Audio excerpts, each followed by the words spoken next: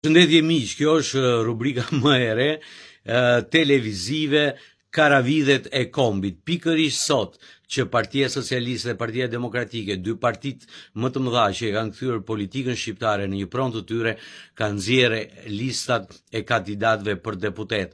Karavidhet e Kombit do t'i quaja, emra të vjetër, të përfolur, diskredituar, emra të rinj me mentalitet të vjetër, shumë nga ata që kanë për të diskredituar e përgojuar shumë shpesh.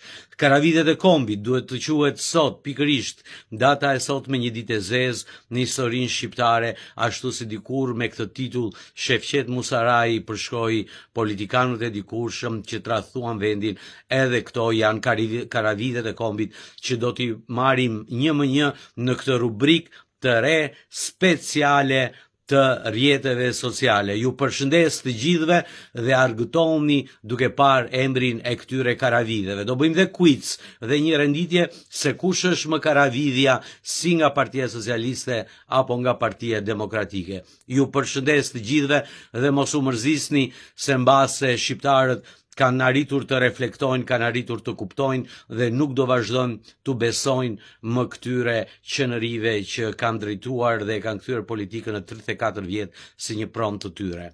Ju përshëndes.